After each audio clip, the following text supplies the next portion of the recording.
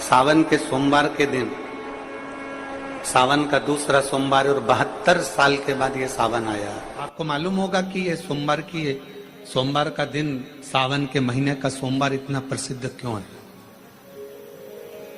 श्रावण के महीने के सोमवार का इतना महत्व क्यों होता है?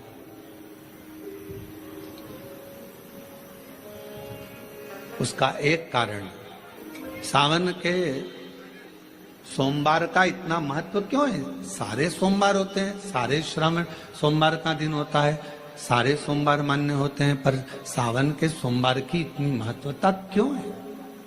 किस लिए? और शायद हमको लगता है कि जितने भी आस्था चैनल पर कथा सुन रहे हैं, जितने फेसबुक यूट्यूब पर कथा सुन रहे हैं, जितने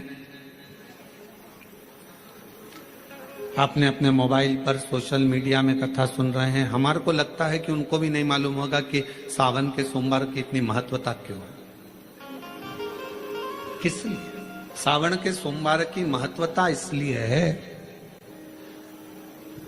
कि भगवान देवाधिदेव महादेव का विवाह ख्याति देवी लक्ष्मी जी से करना चाहती थी, पर माता लक्ष्मी ने, भगवान शिव ने माता लक्ष्मी का चेहरा देखा, पढ़ लिया कि ये तो भगवान नारायण के स्नेह है, और भगवान नारायण लक्ष्मी जी से विवाह करना चाहते।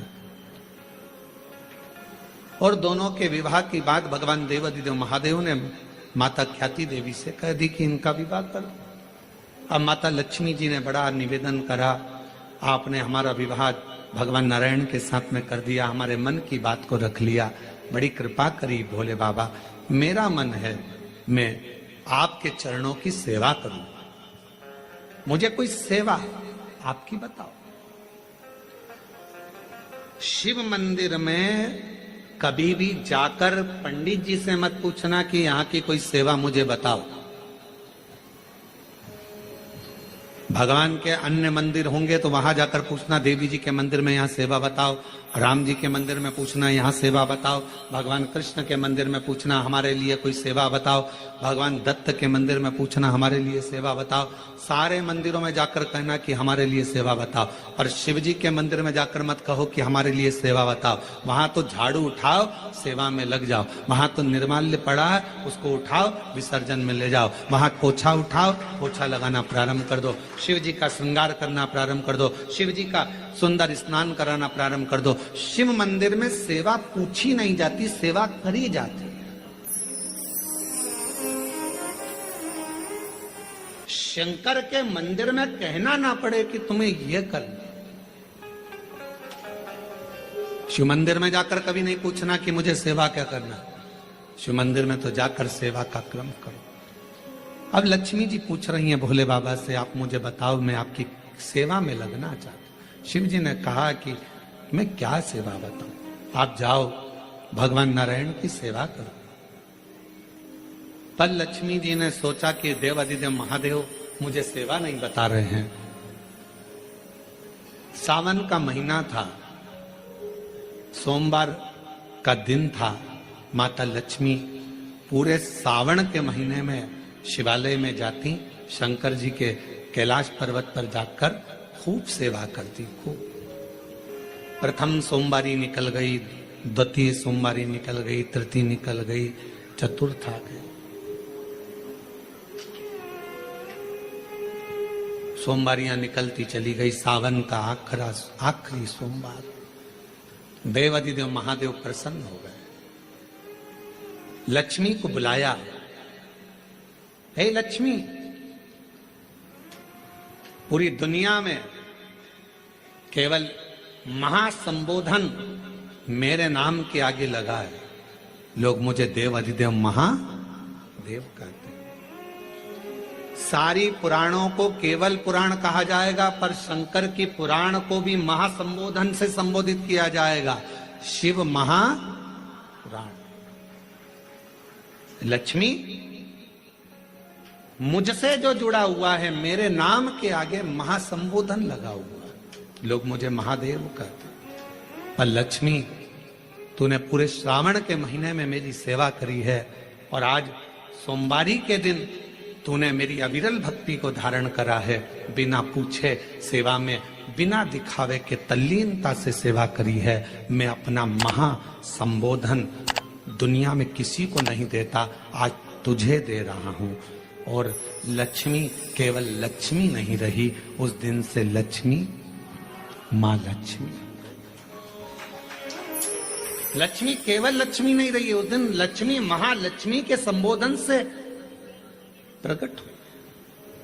आज महासंबोधन लक्ष्मी जी को अगर किसी ने दिया तो भगवान देवाधिदेव महादेव ने दिया। और वह महासंबोधन कब मिला? सोमवार की इस श्रावण के सोमवारी के दिन जो हम व्रत करते हैं, साधना करते हैं, उपास करते हैं, अर्चना करते हैं। पूरे वर्ष आप सोमवार का व्रत करते हैं कि नहीं करते वो पता नहीं, पर सावन के महीने में 4-5 जो भी सोमवार पड़ जाएं, अगर उस पर अगर आपने व्रत कर लिया, व्रत को धारण कर लिया या शिवालय के जाकर भगवान शंकर की आराधना कर ली, तो पूरे वर्ष के सोमवार का फल सावन के महीने के 5 या 4 सोमवार में प्राप्त होगा।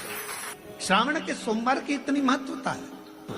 सावन के सोमवार का महत्व क्या है, कोई आपसे पूछे तो आपको बताना चाहिए कि इस दिन लक्ष्मी को महालक्ष्मी कहा गया। शिव जी ने सफल, शिव के दरवाजे पर जाकर केवल आप सेवा करो, शिव के दरवाजे पर जाकर आप केवल जल अर्पित करो, शंकर जी की चौखट पर जाकर आप नमन करो, देवाधिदेव महादेव के शिवालय में जाकर प्रणाम करिए। भगवान शंकर की चौखट पर द्वार पर अगर आप जा रहे हो, 3 चीजें आपको मांगना नहीं पड़ेगी। जैसे लक्ष्मी जी ने शिव जी से नहीं मांगा कि मुझे महासंबोधन दो, लक्ष्मी जी ने नहीं मांगा कि मुझे भगवान विष्णु दो, लक्ष्मी जी ने नहीं मांगा कि मुझे ये देना। लक्ष्मी जी तो शंकर भगवान की सेवा में लग गई, तो लक्ष्मी जी को 3 चीजें अपने आप मिल गई। एक शांति हृदय की, दूसरा दिशा लक्ष्मी जी को कहां जाना है, और तीसरे नंबर पर सफलता। माता लक्ष्मी केवल लक्ष्मी नहीं रही, उनको महालक्ष्मी कहा गया। अभी तो कितना सुंदर है सावन का महीना, और वो महीना जो भगवान शंकर को सबसे ज्यादा प्रिय है, बहुत प्रिय। कारण मां सती, मां उमा, मां कात्यायनी, मां कुष्मांडा, मां स्कंदा, मां महागौरी, जितनी जितनी माता पूर्व में हुई हैं, जो शिव जी के साथ में ब्याही हैं, शिव को जिन्होंने अपना बना लिया था, उन सभी माताओं ने सावन के महीने में शंकर भगवान को प्राप्त किया था। और शिव जी ने सावन के महीने में ही उनको अपना बना लिया था। और ये बात भगवान शिव ने स्वयं कही।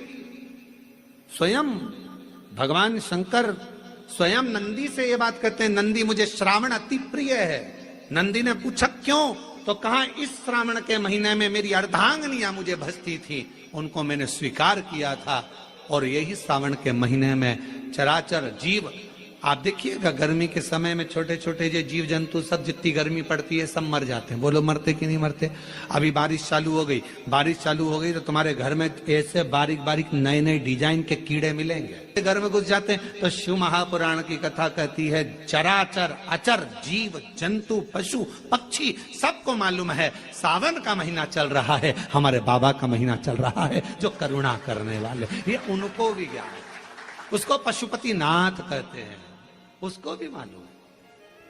अब जरा विचार करिए, जिस चींटे में कभी पर नहीं आते वो चींटे में सावन में पर आ जाते हैं। जब चींटे को पर दे सकता है तो सावन में 1 लोटा जल चढ़ाने वाले को भी मेरा बाबा उड़ा तो सकता है, आगे बढ़ा तो सकता है, उन्नति की ओर ले जा तो सकता है।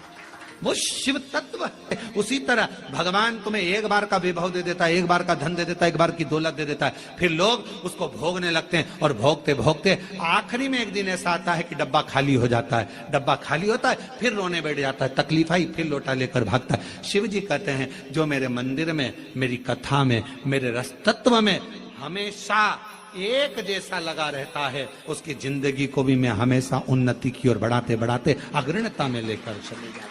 फिर उसको डाउन नहीं करने देता, उसको नीचे नहीं आने देता। जैसे श्रावण महीने में चढ़ाए गए कनेर के फूल, दुर्वा।